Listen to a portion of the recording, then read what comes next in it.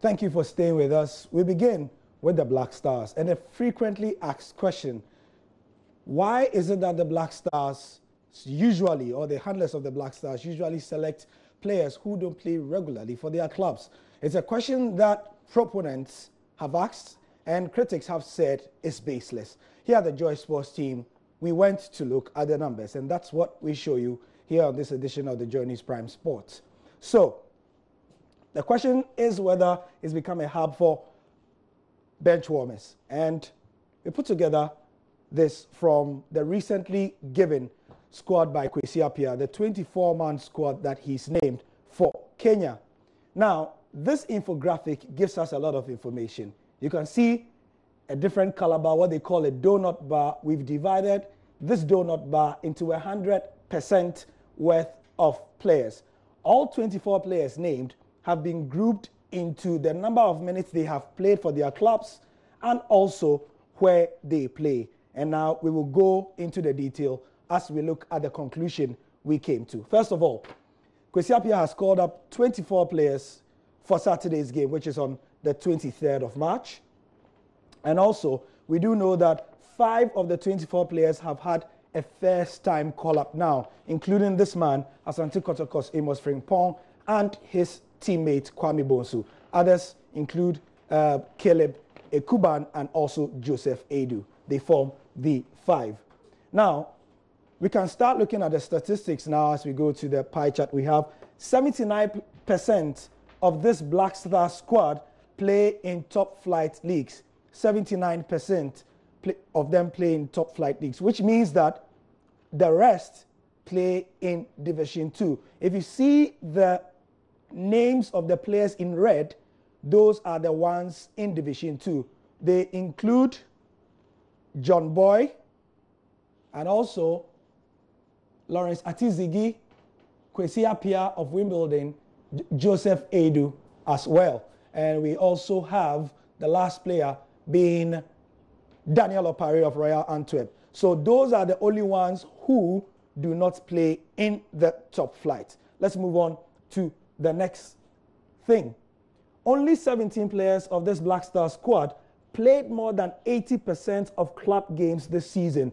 That is a serious statistic. Again, only 17 players of this Black Star squad played more than 80% of club games this season.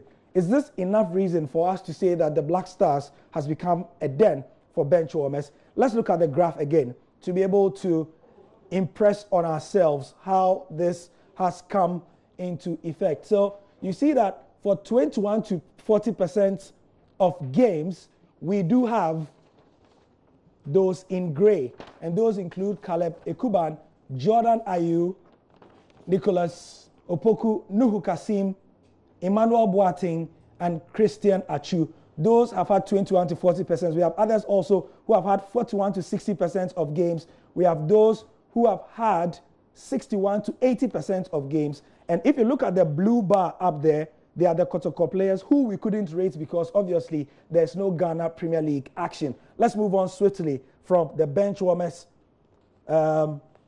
slide. Now, 62.5% of this Black Star squad have played less than 60% of club games this season. That is also a serious statistic, which goes to show that our team that is playing against Kenya is made up of very, very few regular players. So, we have established, apart from this squad, that there's a pattern of non-regulars at club level that Kwesi Appiah has been calling in our last 3 AFCON qualifiers. Don't forget that as we qualify into AFCON 2019, we have played only 3 games, and in all 3 games, most of our players have been warming the bench. So what is our conclusion? The data shows that the bulk of the recent Ghana call-ups by Kwesi Appiah are not regulars at club level. And this is now backed by fact. So the next questions we should ask ourselves, is it that Ghana does not have enough players in top flight leagues around the world, or is it that we have enough players but it is Kwesi Appiah and his handlers who are not finding them and calling them? That is an issue for another day. Moving on to athletics, and the former chairman of the Ghana Athletics Association, John Luttrell, says the future of the sport is bleak considering how leaders have run the association so far? I doubt it.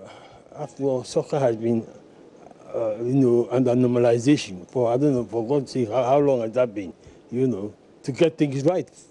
If soccer can try and get things right, why can't athletics also get things right?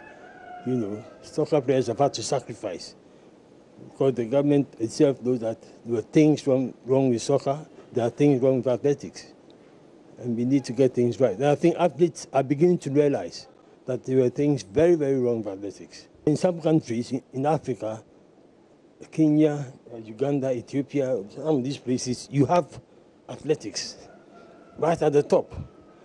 They don't talk about the sports without athletics. So I believe athletics too, we must also ginger ourselves up so that we are noticed. I mean, how do you have an athletics tournament at Cape Coast, ECOWAS Games, and not a single spectator from the public goes and watches it? And you are saying the government doesn't take interest. We have to sort our problems out so that people will take interest in us. Nobody takes their child to go and watch athletics in Ghana today. Everybody goes to watch boxing, you go and watch hockey, go and watch soccer, but not athletics. Because athletics is literally dead in this country. And that's the sport for now. I'm Gary Al Smith.